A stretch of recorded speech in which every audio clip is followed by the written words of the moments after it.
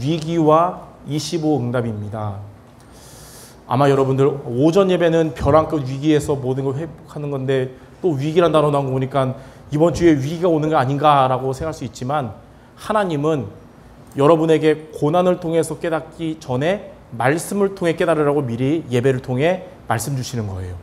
그래서 여러분들이 위기가 올 때 어떻게 인도받을지를 미리 말씀을 붙잡아야겠습니다.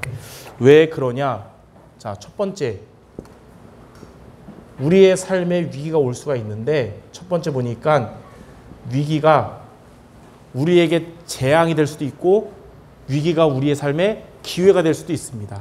원래 위기란 말이 두 가지 단어가 합친 거예요. 위험과 기회가 합쳐서 위기거든요.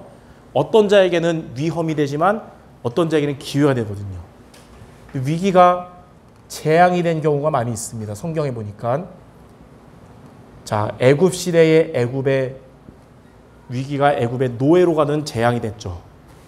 그리고 또 성경을 보니까 이스라엘이 블레셋에게 계속 공격당하는 전쟁으로 많은 사람들이 죽고 고통당하는 재앙이 왔었고 또 세월 지나니까 아람이라는 나라가 또 이스라엘을 공격하는 강대국이 됐고 꼭 성경을 보면 그때 당시에 지금의 미국과 같은 강대국이 이스라엘 옆에 있었어요. 항상.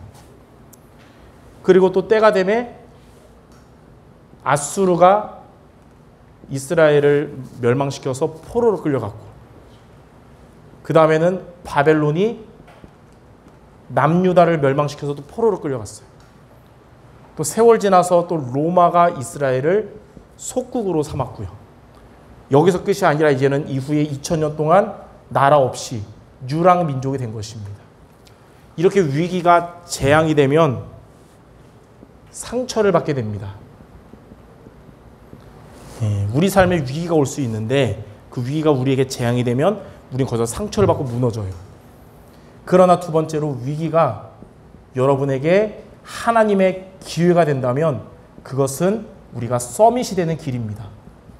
그래서 여러분들은 위기가 재앙이 돼서 상처받고 무너지는 게 아니라 위기가 하나님의 기회가 돼서 서밋에 응답받아야겠습니다. 성경에 보니까 7명의 렘넌트들이 바로 그 증인들인데 애굽 시대의 요셉 그리고 또 모세는 위기가 애굽 시대의 노예 시대의 위기가 기회가 돼서 서밋이 됐어요. 블레셋 시대의 사무엘과 다윗도 이 전쟁의 위기 속에서 기회가 하나님의 기회를 찾으니까 그때 당시에 서밋이 됐습니다.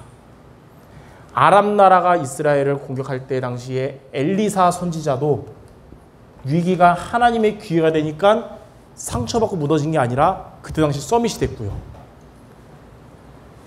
이사야 선지자의 말씀을 붙잡았던 아수르와 바벨론의 포로로 갔던 자들은 그 위기가 하나님의 기회로 붙잡고 서밋이 됐습니다.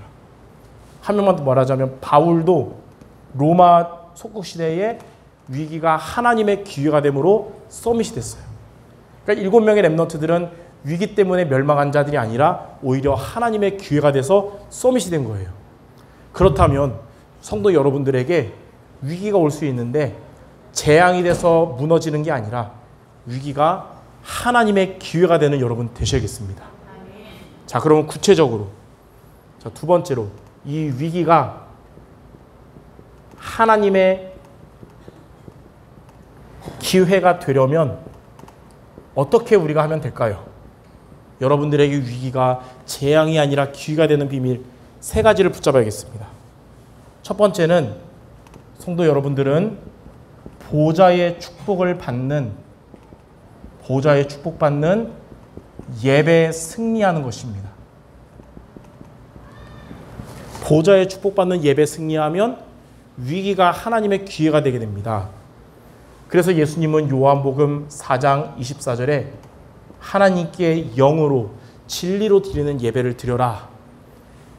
사도행전 2장 42절에 초대교회 성도들 위기가 왔으나 그들은 사도의 가르침을 받아서 서로 교제하고 떡을 떼며 기도에 힘썼다고 그랬어요.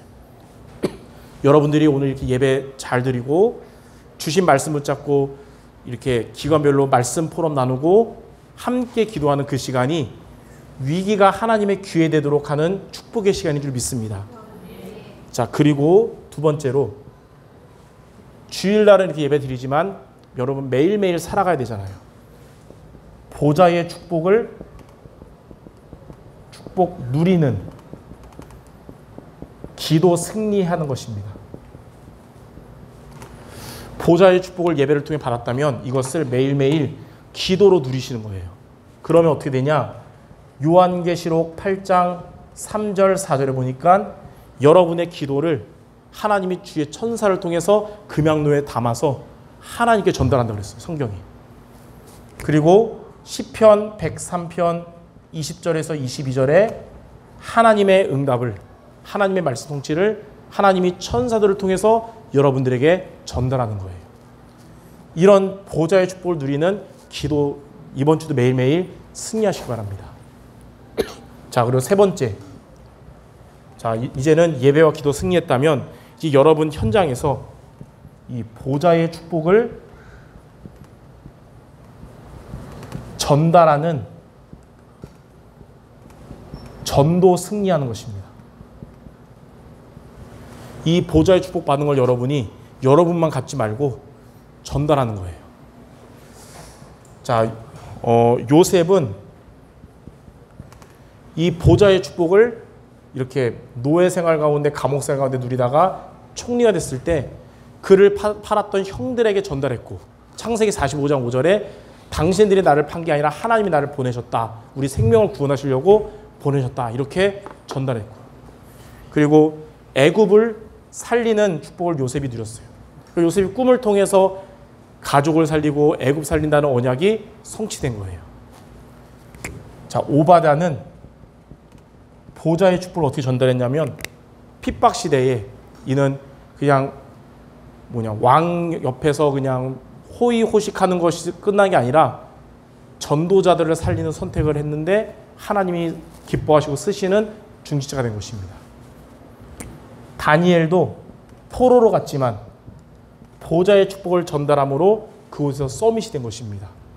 이처럼 여러분들 위기가 하나님의 기회가 되도록 보좌의 축복받는 예배 승리하고 이 보좌의 축복을 누리는 기도 생활 승리하고 이제 이 보좌의 축복을 전달하는 전도 승리하시기 바랍니다. 이 세 가지가 오전에 들었던 하나님을 의지하는 구체적인 미션이라고 할 수 있습니다. 자, 그러면 세 번째, 이렇게 위기가 하나님의 기회가 되면 그때 이제 어떻게 되냐? 여러분을 향한 위기 속에서 하나님의 계획이 성취가 되는 시간표가 됩니다. 여러분에게 오는 모든 위기는 하나님의 선하신 계획이 성취되는 시간표가 될 것이에요. 자, 첫 번째로 우리에게 문제가 올 수 있으나 이렇게 보좌의 축복으로 하나님을 의지하는 여러분들에게는 문제 속에서 답이 보이게 됩니다. 하나님의 계획이 보이게 돼요. 두 번째는 여러분에게 갈등이 올 수 있지만 그 갈등은 여러분을 갱신하게 합니다. 하나님의 더 큰 응답 받도록, 더 축복 받도록 여러분 갱신시켜 주실 거예요. 자, 세 번째로 위기가 올 수 있지만 방금 말한 것처럼 이걸 통해서 하나님의 계획이 이루어지는 기회가 될 것입니다. 자, 요셉은 노예로 가게 됐으나 이 위기가 하나님의 계획을 이루는 기회가 됐어요. 어떤 기회냐면 이때 당시에 강대국인 애굽을 하나님이 살리라고 가야 되는데 요셉이 혼자 애굽 못 가잖아요. 노예로 가는 게 결국은 요셉이 살려야 할 애굽으로 가는 기회가 된 것입니다. 누명 쓰고 감옥 갔지만 알고 봤더니 이 감옥 간 게 왕을 만나게 되는 기회가 된 것이에요. 이렇게 돼야 왕 만나거든요. 모세가 미디안 가서 처가살이하면서 미디안에서 40년간 출애굽해야 되는데 지금 40년간 80세 될 때까지 거기서 계속 있었잖아요. 그것은 모세가 앞으로 이스라엘 백성들을 출애굽을 해서 광야 가나안을 이끌어가도록 복음이 각인되게 하는 가장 중요한 시간표였던 것입니다. 하나님이 여러분을 당장 응답 안 주는 것 같고 훈련시키는 것 같지만 그것이 여러분이 복음으로 각인시키는 가장 중요한 시간인 것입니다. 한 가지만 더 하자면 초대교회가 핍박이라는 위기가 왔지만 그 핍박은 오히려 제자들이 세워지며 복음이 확산되는 기회가 되었습니다. 예루살렘과 유다와 사마리아와 땅까지 복음이 증거되는 기회가 된 것이.